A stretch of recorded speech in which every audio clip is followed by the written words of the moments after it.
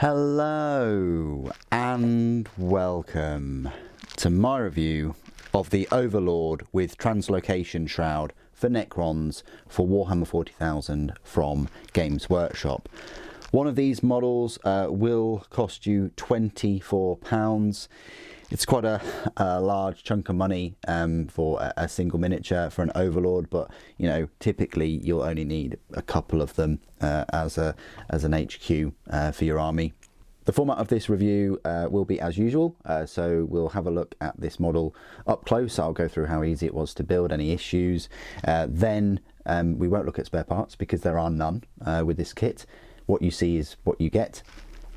We'll go through some size comparisons with other Necron minis, and then at the end I will go through all of the rules from WH40K, because Games Workshop have price walled all the rules off of their app. It's an odd circumstance in that they give you the 10th edition rules up until the codex is released. Then as soon as the codex is released, they lock them. So then you can access them if you buy the codex. But as we all know, codexes are getting worse and worse, less content, and they're getting more expensive. So I hope in future there'll be a breaking point where they will just release all of the rules for free like they do with Age of Sigmar. So let's first of all have a look at this mini up close. It's a nice mini. It won't take you very long at all to put together. It's I think only consists of about 5 parts or so. So it's very nice. There's lots of detail, as you can probably see. You've got this. It's essentially an Overlord, kind of in mid-translocation, whether he's about to appear or he's about to disappear. I don't know, but I like the breakup of the miniature. Really reminds me of the Lumineth Realm Lord's Knight that's kind of hollow. That's that kind of feeling. It just not as kind of smart, that as clever.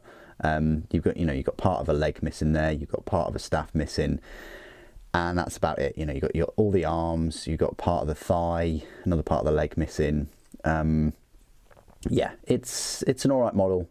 It's nice to see, a Necron mini that is translocating, I guess. So, but yeah, this is just another option if you didn't want to go for a Necron Overlord with a Tachyon arrow. I think the Overlord from the main box game is awesome and hard to beat anyway.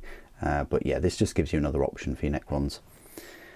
So that's the mini up close, very straightforward, easy to build, I think, and there are no spare parts, so we'll just go through a few size comparisons. So I'll just compare him to a Necron Overlord. This is just an Overlord with a Resurrection orb, I think, so he does stand quite tall, I guess. Technomancer though is, yeah, he probably is taller than the Technomancer. Well, the blade is anyway. Obviously Technomancer's got that big base, and then just next to a Necron Warrior. So if you've got one of these Overlords with a load of Necron Warriors and Scarabs and things, you know, he is going to measure up quite tall. He's going to stick out, but then again, saying that, there's quite a few tall Necron units in the force, in the army, so yeah. He will tower above the normal troops, but he probably won't be one of the tallest in the army. Compared to some Space Marines, we have these Space Marines, and so we've got the normal Space Marine on the left, Primaris on the right, and then Slime Marbo in the middle. So as you can see, you know, the Overlord is going to be a fair bit taller than your normal Primaris on the battlefield. Okay, this is my part of the review where I will go through all of the rules for the Overlord with Translocation Shroud. His movement speed is 5 inches, toughness 5, save of 2+, 6 wounds, leadership 6+, objective control 1, and invulnerable save of 4+. Pretty decent, you know, toughness is good, decent number of wounds, good saves there. Now, the Overlord is equipped with an Overlord's Blade and Resurrection Orb. The Overlord's Blade has devastating wounds, which means each time an attack is made with a weapon, that attack scores a critical wound with no saving throw of any kind made against that attack, including invulnerable saving throws. Such attacks can only be allocated to models after all other attacks made by the attacking unit have been allocated and resolved. That's fair enough. The weapon itself, you've got 4 attacks there. Weapon skill is 2+, strength 8, AP -3, and damage 2. Pretty decent. Yeah, you've only got 4 attacks, but they do pack a punch, and he will be able to scythe down some Space Marine equivalents. Abilities is a leader, and then the faction abilities, reanimation protocols. He's got some specific abilities. My Will Be Done. Once per battle round, 1 unit from your army with this ability can be targeted with a stratagem for 0 command points, even if you have already targeted a different unit with that stratagem this phase.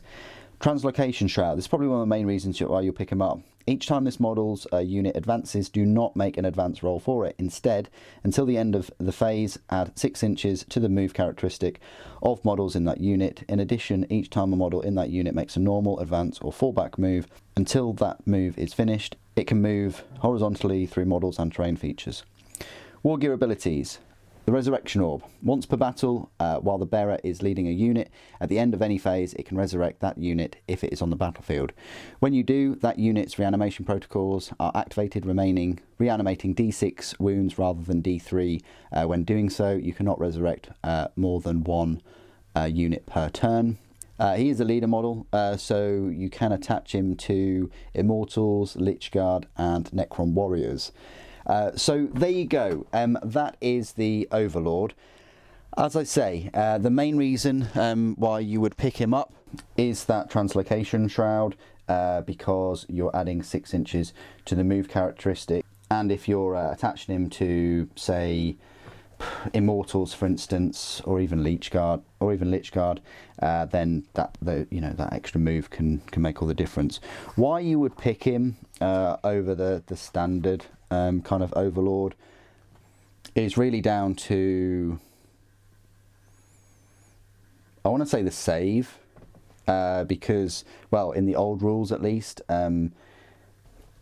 is really whether you want that Translocation Shroud, that ability to move an extra 6 inches, as opposed to the Tachyon Arrow, because all of the rest of the stat lines are the same, and obviously, you know, the normal Overlord has the Overlord's Blade too, but the Overlord can also pick out a Staff of Light or even Void Scythe as well, which is pretty decent.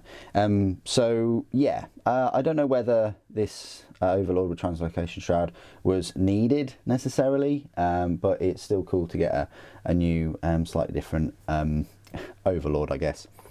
What do you guys think of the Overlord with Translocation Shroud? Please do put your thoughts and opinions down in the comments below. It'd be great to hear from you. Thank you for joining me today. Thank you for watching. The Silent King protects.